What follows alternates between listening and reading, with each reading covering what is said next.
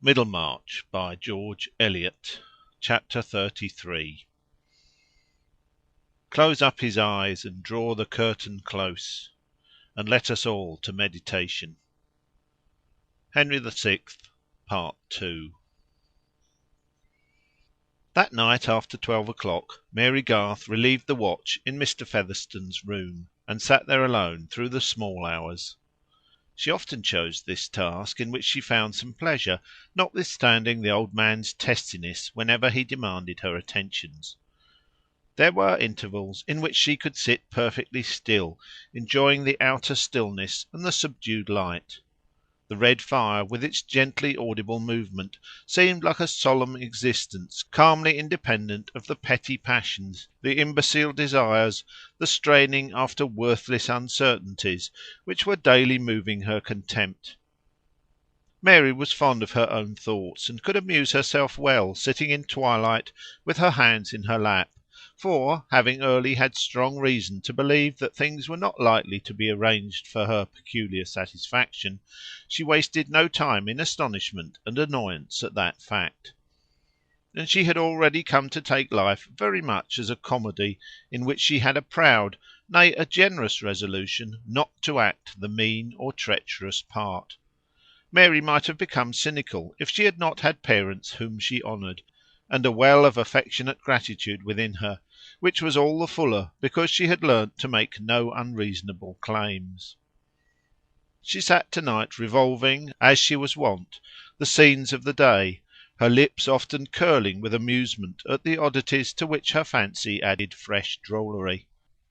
People were so ridiculous with their illusions, carrying their fools' caps unawares, thinking their own lies opaque while everybody else's were transparent, making themselves exceptions to everything, as if when all the world looked yellow under a lamp, they alone were rosy.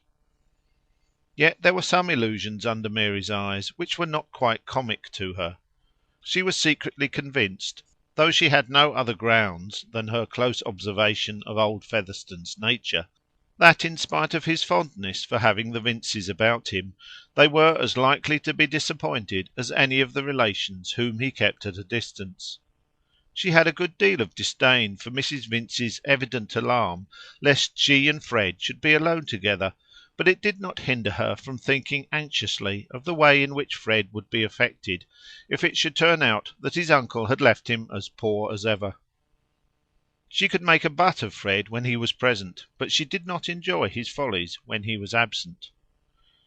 Yet she liked her thoughts. A vigorous young mind, not overbalanced by passion, finds a good in making acquaintance with life, and watches its own powers with interest. Mary had plenty of merriment within. Her thought was not veined by any solemnity or pathos about the old man on the bed. Such sentiments are easier to affect than to feel about an aged creature whose life is not visibly anything but a remnant of vices. She had always seen the most disagreeable side of Mr. Featherstone. He was not proud of her, and she was only useful to him. To be anxious about a soul that is always snapping at you must be left to the saints of the earth, and Mary was not one of them. She had never returned him a harsh word, and had waited on him faithfully. That was her utmost. Old Featherstone himself was not in the least anxious about his soul, and had declined to see Mr. Tucker on the subject.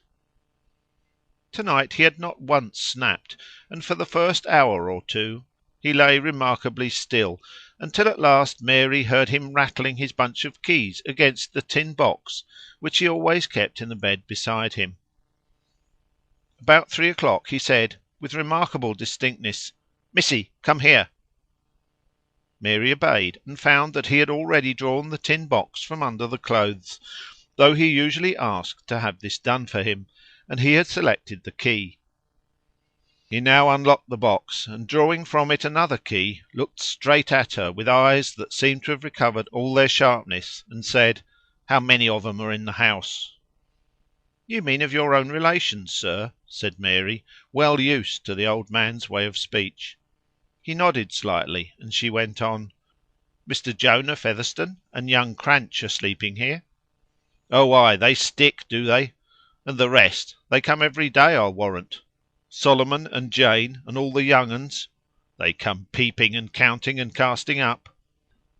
Not all of them every day. Mr. Solomon and Mrs. Wall are here every day, and the others come often." The old man listened with a grimace while she spoke, and then said, relaxing his face, "The more fools they. You hearken, missy. It's 3 o'clock in the morning, and I've got all my faculties as well as ever I had in my life. I know all my property, and where the money's put out, and everything. And I've made everything ready to change my mind and do as I like at the last. Do you hear, missy? I've got my faculties." "Well, sir?" said Mary quietly. He now lowered his tone with an air of deeper cunning. "I've made 2 wills, and I'm going to burn one. Now you do as I tell you. This is the key of my iron chest in the closet there. You push well at the side of the brass plate at the top till it goes like a bolt. Then you can put the key in the front lock and turn it. See and do that, and take out the topmost paper. Last will and testament, big printed." "No, sir," said Mary in a firm voice. "I cannot do that." "Not do it? I tell you you must," said the old man, his voice beginning to shake under the shock of this resistance.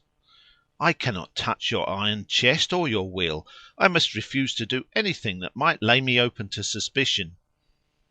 "I tell you I'm in my right mind. Shan't I do as I like at the last?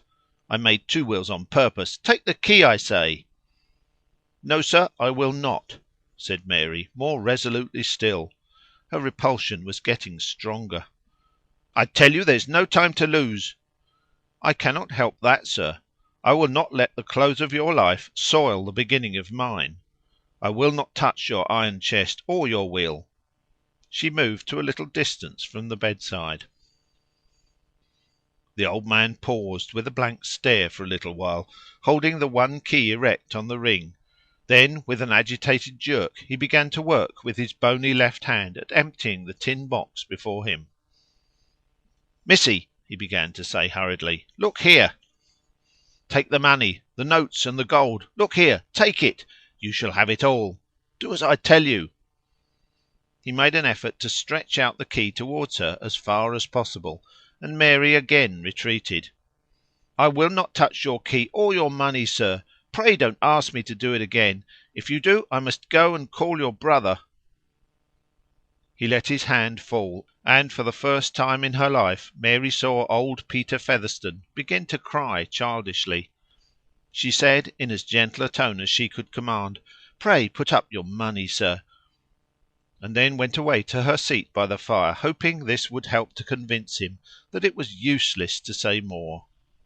Presently he rallied and said eagerly, "Look here, then. Call the young chap. Call Fred Vincy." Mary's heart began to beat more quickly. Various ideas rushed through her mind as to what the burning of a second will might imply. She had to make a difficult decision in a hurry. "I will call him if you will let me call Mr. Jonah and the others with him." "Nobody else, I say. The young chap. I shall do as I like." "Wait till broad daylight, sir, when every one is stirring. Or let me call Simmons now, to go and fetch the lawyer. He can be here in less than 2 hours." "Lawyer? What do I want with the lawyer? Nobody shall know. I say nobody shall know. I shall do as I like."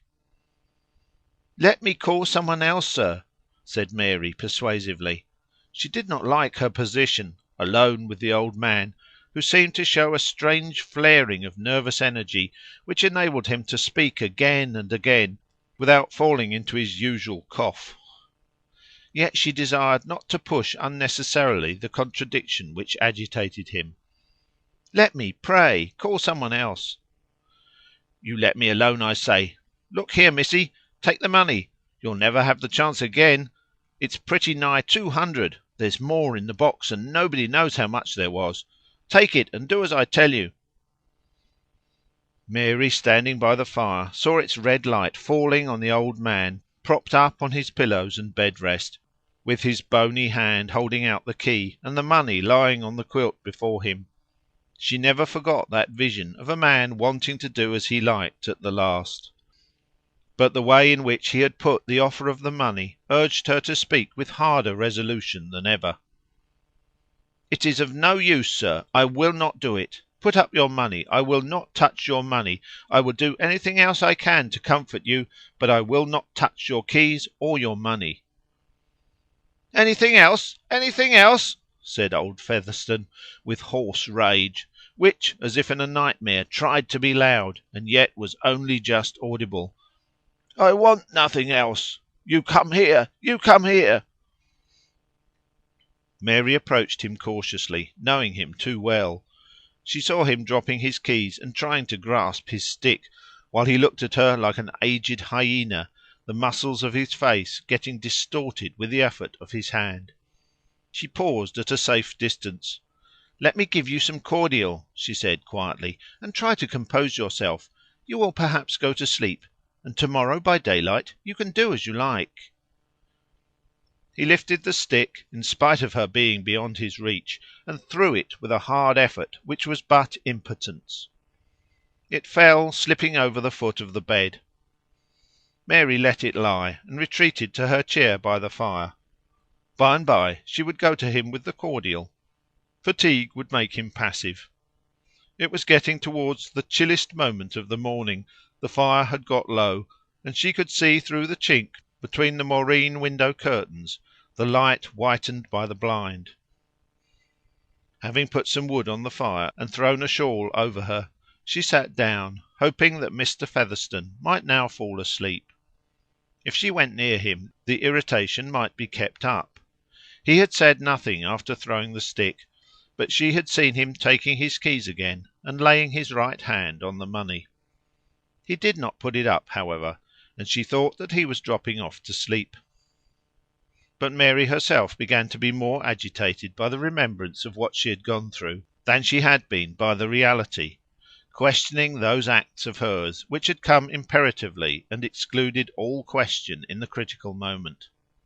Presently the dry wood sent out a flame which illuminated every crevice, and Mary saw that the old man was lying quietly, with his head turned a little on one side.